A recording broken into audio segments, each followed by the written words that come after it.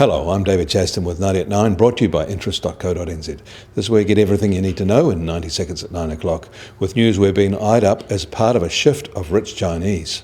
But first, in the US, consumer spending rose more than expected in September as households boosted purchases of cars and inflation increased steadily to 1.7%. The Fed takes notice of these PCE measures as they're about to start their next Federal Open Market Committee review. This data could be quite influential. The return of inflation may come from changes to central bank monetary policies, but it may also come from China's manufacturing base. They seem to have reached the end of their tolerance for deflation.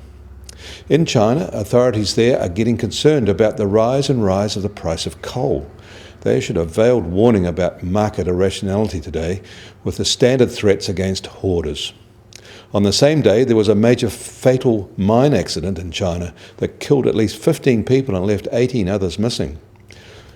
And speaking of mature industries struggling with the pace of change, South Korea said overnight it plans to subsidise more than $13 billion on ships from local yards to stave off the collapse of its shipbuilding industry as global trade moves away from containerisation. They've seen one of their largest shipping lines go bust, and another state-owned cargo line is only afloat because of its ownership. In Japan, they're dealing with these pressures by downsizing. Back in China, a new report of investment intentions of the very wealthy shows there are more than 800,000 of them with wealth over $20 million. They are worried and restless. Mostly they're worried about the relentless devaluation of the Chinese currency, and most of them seem to want to emigrate. More than half of them are targeting the US, with the next most popular destinations being Britain, Canada, Australia and Singapore. New Zealand is actually the 8th most popular escape target, equal with Sydney on 3.8%. When you do the numbers, that suggests about 30,000 high net worth Chinese are actively looking to move to New Zealand.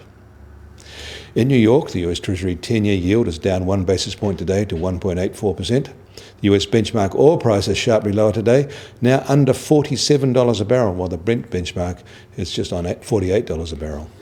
The gold price is lower too at $1,273 an ounce.